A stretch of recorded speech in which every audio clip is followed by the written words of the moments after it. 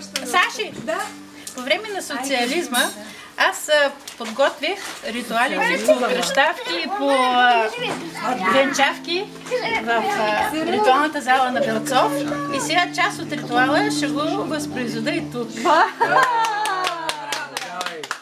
Бикинито да почва да снима веднага.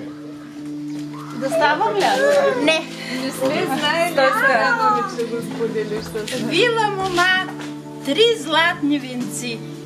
Първи венец вила от росен ми здравец. Него е на детенце сложила. Да е детенце румено, червено. Втори венец мома вила от росен ми здравец. Него е сред поле Белцовско хвърлила. Да е поле плодно, плодородно. Вила мома, трети венец, от него е направила тая хубава погача. Нека животът на нашата малка Даная да бъде богат и плодороден.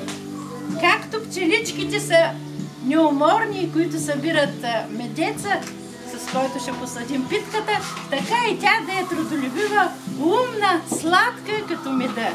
Браво! Браво!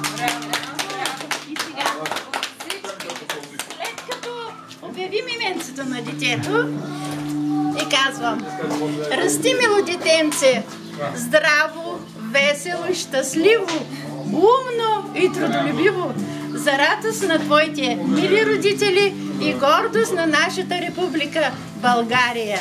От днес нататък ти имаш едно прекрасно и хубаво име – Даная. Да си ми жива здраво, бабо! Дълги години баба да се радва на ти. И заповядай, бабина паричка. Браво, куклинка. На баба съдра. Баба Леси, заповядай, бабче. Да се жива здраво. Май тя как разбира, че Миша прави, че ме е здраво. хубаво и се държи. Сериозно. Дани, баба ги спи. Заповядай, баба. Кажи благодаря, баба Гинчи. И на теб този скромен подарък.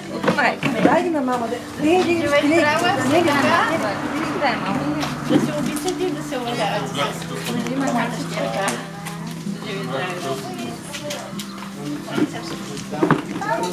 Живей здраве.